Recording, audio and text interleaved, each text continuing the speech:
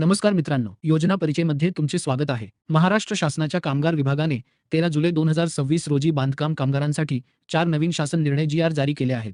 जुन्या योजनांमध्ये काही महत्त्वाचे बदल करून अधिक चांगल्या आणि जास्त आर्थिक मदत देणाऱ्या 4 नवीन योजना आता लागू करण्यात आल्या आहेत. आजच्या या व्हिडिओमध्ये आपण या 4ही योजनांची संपूर्ण माहिती सोप्या भाषेत समजून घेणार आहोत. पहिली आणि अत्यंत महत्त्वाची योजना म्हणजे महिला बांधकाम कामगारांसाठीची सुधारित प्रसूती सहाय्य योजना.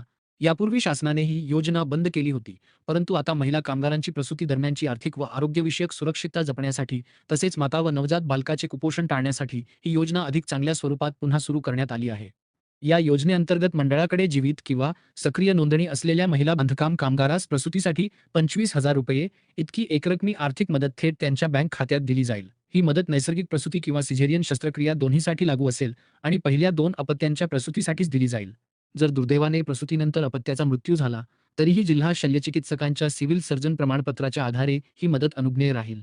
यासाठी अपत्याचे जन्म नोंदणी प्रमाणपत्र किंवा प्रसूती दाखला, महिला कामगाराचे आधार कार्ड आवश्यक असून प्रसूती झाल्यापासून 1 वर्षाच्या आत ऑनलाईन अर्ज करणे बंधनकारक आहे. दुसरी महत्त्वपूर्ण योजना म्हणजे कामगारांच्या मुलांसाठीची सुधारित शैक्षणिक सहाय्य योजना.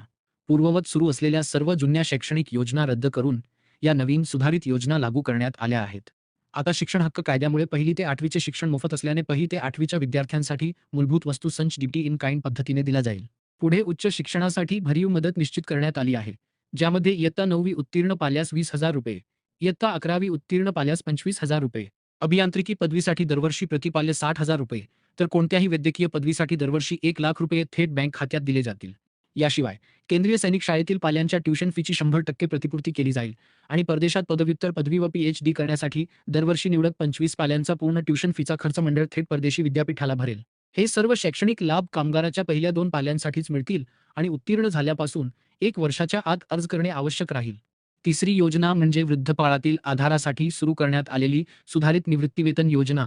वयाची 60 वर्षे पूर्ण झाल्यानंतर बांधकाम कामगाराची मंडळाकडील नोंदणी संपते. त्यामुळे त्यांच्या म्हातारपणात मदत व्हावी म्हणून दरवर्षी जास्तीत जास्त रुपये 12,000 म्हणजेच दरमहा रुपये 1,000 पेन्शन डीबीटीद्वारे खात्यात जमा केली जाईल. पेन्शनची रक्कम कामगाराच्या नोंदणी कालावधीवर ठरेल.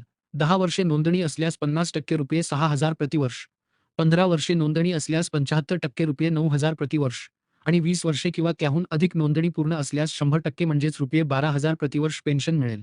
पती पत्नी दोघे कामगार असल्यास दोघांना स्वतंत्र पेन्शन मिळेल.